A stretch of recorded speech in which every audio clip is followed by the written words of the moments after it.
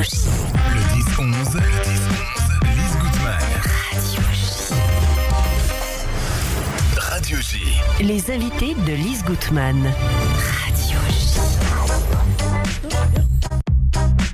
Nathalie Rihuguez, bonjour. Bonjour Lise. Alors, je rappelle que vous êtes la présidente de l'Aviso France et que vous êtes avec nous ce matin, quelques jours avant Pessah. D'ailleurs, j'adresse mes vœux dans un contexte particulièrement difficile à toutes les Viséennes. Et je ne sais pas s'il y a des Viséens, mais aussi on peut... Assez messieurs. Assez messieurs aussi, de bonnes fêtes de Pessah. Alors, l'Aviso, c'est bien sûr aussi Israël. Et l'Aviso en temps de guerre, c'est très compliqué. Alors racontez-nous un petit peu ce qui se passe en Israël autour de l'Aviso Israël. Alors déjà, pour rappel, l'Aviso en Israël, c'est 135 crèches, 8 collèges et lycées et des maisons spécialisées qui reçoivent des femmes et des enfants victimes de violences familiales. Tout cela, plus, bien sûr, tous les programmes de résilience qui sont menés au jour le jour. Bien sûr, depuis le début de la guerre, les crèches sont fermées et les écoles sont fermées. Donc ça met tout le monde dans une position extrêmement compliquée puisque les parents doivent essayer de travailler avec les enfants à la maison et les alertes incessantes. Dès le début de la guerre, nous avons eu 9 crèches qui ont été ouvertes, spécialement dans tous les hôpitaux, pour les enfants du personnel médical. Mais oui, bien sûr. Et maintenant, nous en sommes à 25 crèches ouvertes dans les hôpitaux et 20 crèches pour le personnel. Dans tous les hôpitaux du nord au sud Du nord au sud, bien sûr. Donc 25 crèches ouvertes dans les hôpitaux et 20 crèches ouvertes à travers le pays pour des personnels réquisitionnés à cause de la guerre. Nous avons également 293 jeunes qui sont restés dans nos lycées. Dans nos lycées, et nous accueillons beaucoup de jeunes isolés, c'est-à-dire des jeunes qui viennent de tout le monde entier pour faire leur alia sans leur famille. Nous avons donc des jeunes d'Afrique du Sud, des jeunes d'Amérique du Sud, des jeunes d'Europe, et nous avons aussi beaucoup de jeunes d'Ukraine et de Russie qui sont venus lors du début de la guerre entre la Russie et l'Ukraine. Et donc, nous avons toujours 293 jeunes dans les lycées dont il faut s'occuper. Ils sont seuls, sans leur famille, et donc l'Aviso continue d'avoir les animateurs, les enseignants qui s'occupent d'eux au jour le jour. Nous avons également une maison pour personnes âgées. Et je vous interromps. Oui. Dans les lycées, ils continuent à avoir des cours. Alors, les cours, pour ceux qui sont dans leur famille, sont en Zoom. Et ceux qui sont dans les lycées, on fait les cours soit en Zoom pour les enseignants qui ne peuvent pas se déplacer, soit en présentiel pour les enseignants qui peuvent venir au lycée. Sur place. D'accord. Nous avons également une maison pour personnes âgées qui a 111 résidents, dont un certain nombre encore de survivants de la Shoah. Et ces résidents... C'est à quel endroit en Israël ? Juste à côté du siège de l'Aviso à Tel Aviv. Ah oui. Et c'est très difficile parce que vous avez des personnes extrêmement âgées et nous allons construire donc des abris à chaque étage parce qu'aujourd'hui il n'y a pas d'abri à chaque étage. Ah oui, et vous imaginez, s'ils sont en fauteuil et tout, voilà, imaginez et les ascenseurs bloqués, c'est pas voilà, possible. faire descendre les gens, donc c'est très, très compliqué. Et enfin, nous continuons 30 programmes thérapeutiques de résilience à distance à travers le pays.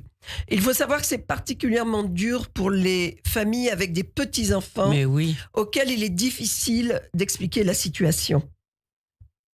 Et les enfants, du coup, sont très, très traumatisés, bien sûr. Nerveux, anxieux. J'étais hier, justement, avec la chairman de l'Aviso pour se souhaiter de bonnes fêtes. Et elle me disait que sa petite fille de 3 ans ne parle plus. Soit elle hurle, soit elle pleure.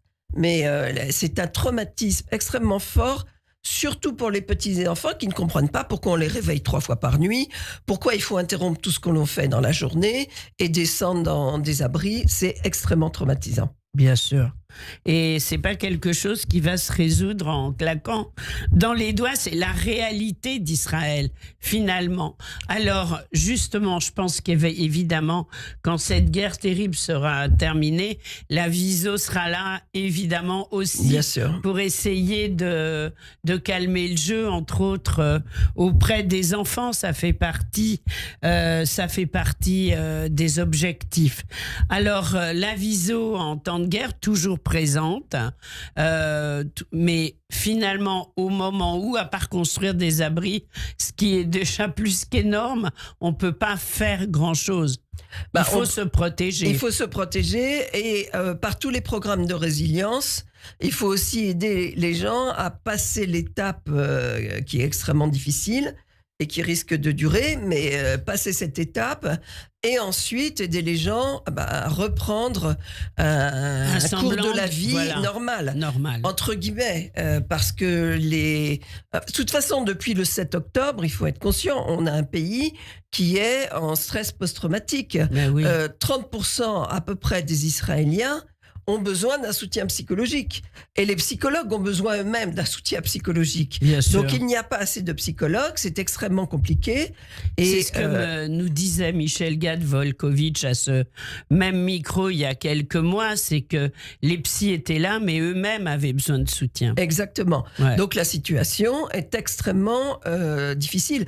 Et cette situation est complètement gommée par les médias en France en particulier, enfin en Occident, entre autres, je pense, parce que le dôme de fer et les différents dômes, parce que maintenant il y en a 3, permettent d'éviter, heureusement, des morts trop nombreux. Il y a des morts, hein, oui. mais parce que quand ça éclate en morceaux, on imagine bien que le dôme de fer ne sait plus où donner de la tête. Exactement. C'est concret, ça. Exactement. Et donc, la situation fait que on ne parle très peu des morts en Israël et on a l'impression que c'est facile. Mais la situation est tout sauf facile. Ah non, et c'est pas facile du les tout. médias en Occident ne rendent absolument pas compte de cette réalité quotidienne que vivent les Israéliens. Voilà, et c'est vrai qu'à la Viso, on est en plein dans la réalité d'Israël. Et on a très également important. des questions financières qui se jouent, parce qu'il faut continuer à payer, par exemple, les assistantes maternelles, alors que la Viso, là, ne reçoit pas d'argent. Les parents qui le peuvent ne payent pas pour les enfants, puisque les enfants ne vont pas dans les crèches. Donc la situation économique est également extrêmement compliquée. On va redonner le nom, Sur le site viso.fr, faire un don. Merci à tous, c'est extrêmement important en ce moment. Ben oui. Et je répète que tout l'argent qui est récolté à Viso France part en Israël tous les mois et 100% de l'argent part en Israël. Voilà, bon, ça c'est très important. Alors, on va parler un petit peu. Alors, déjà, vous deviez organiser un voyage qui, bien sûr, vu le contexte qu'on vient d'expliquer, a été annulé. La dernière rencontre avec Franck Meloul jeudi, que s'est-il dit ? Alors, c'était très intéressant. Nous avons eu la chance de recevoir Franck Meloul, qui est venu exprès pour nous parler. Je rappelle que Franck Meloul est un ancien diplomate et est le président de i24 News. i24 News, c'est aujourd'hui 4 chaînes en arabe, en hébreu, en anglais et en français. Et c'était extrêmement intéressant parce qu'il a pu nous donner un petit peu les dessous de ce qu'il se passe. Déjà, aujourd'hui, le gouvernement israélien considère que pour aller au bout des forces en présence en Iran, il faudrait encore 8 semaines de conflit, ce qui est énorme. C'est énorme, c'est ce qui se dit. Oui. Alors, est-ce que ce sera possible ? C'est pas sûr. L'attitude de Trump, on ne la connaît pas. Est-ce que Trump obligera ou pas le gouvernement israélien à cesser cette action? Il faut quand même se rappeler qu'aujourd'hui, ce qui se dit, c'est que uniquement un tiers des missiles ont été détruits, un tiers endommagés, des missiles iraniens, donc il en reste un tiers. C'est énorme. C'est un énorme territoire, l'Iran, et donc les missiles sont disséminés à travers tout le territoire. Aussi, Franck nous a parlé de sa vision des médias en France particulièrement, Et il a parlé de quelque chose qui est très intéressant, qui est l'obsession Trump et l'obsession Bibi, qui fait que les journalistes n'analysent pas de façon saine et objective la situation. Ouais, ils Parce commandent dans l'immédiat, c'est Ils ça. commandent dans l'immédiat et ils sont obsédés par leur haine, je dirais, de Trump et de Bibi.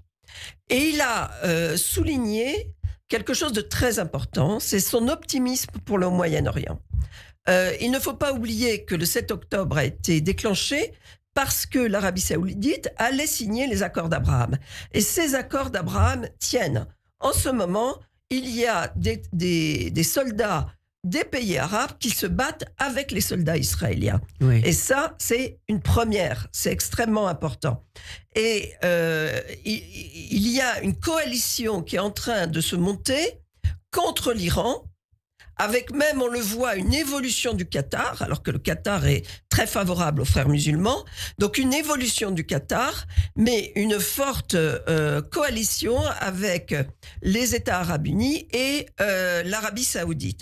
Et Franck Meloun a terminé son intervention par par son optimisme sur ce que sera demain le Moyen-Orient en tant que puissance économique extrêmement importante. Comme on dit, amen, on espère tellement. On espère. C'est une belle touche d'espoir Exactement. que vous nous apportez ce matin, Nathalie Rihuguez, pour le Moyen-Orient, pour la Viso, pour tout ce qui s'y fait, évidemment.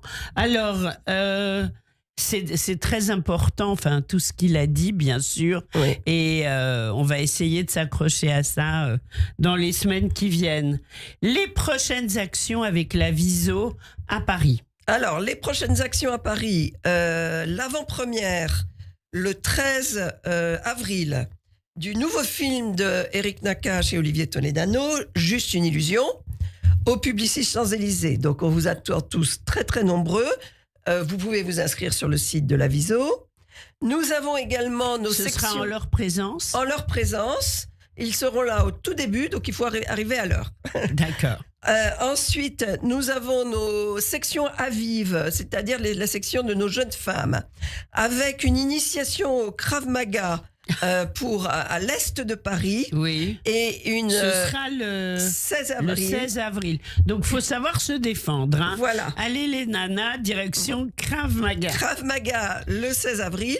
Et toujours le 16 avril, mais ce coup-ci à Neuilly, avec une séance sur la nutrition. Et Après Pessah, on aura besoin. Voilà, on aura besoin, exactement. Donc ça, c'est les 3 prochaines activités. Voilà. Et bien sûr, le 2 juin, inscrivez-vous déjà pour le golf. Oui, Au golf de Fourqueux. C'est le grand rendez-vous annuel. Le hein. grand rendez-vous annuel. Nous avons commencé en 78. Donc, voilà, nous sommes près des 50 ans, voilà, bientôt. Donc, le 2 juin, le traditionnel coupe de golf de la Viso au golf de Fourqueux. Donc tout ça, on le trouve bien sûr sur le site de la Viso France. Viso.fr, nos Viso.fr. événements. Voilà. Et là, on trouve toutes les infos que vous venez de nous donner. Une dernière question, Nathalie Rihuguez. Qu'est-ce que vous pouvez souhaiter pour la Viso en tant que présidente et peut-être nous souhaiter pour Pessah? La première chose, souhaiter à tous la paix. Ouais, vraiment. Mais une vraie paix. C'est-à-dire une paix avec la menace permanente de l'Iran et de ses proxys, que cette menace soit annihilée, hein, et que nous soyons tous libres. C'est le message Amen. de Pessah. Ouais. Voilà. Que nous soyons tous libres et débarrassés de cette menace. Bon.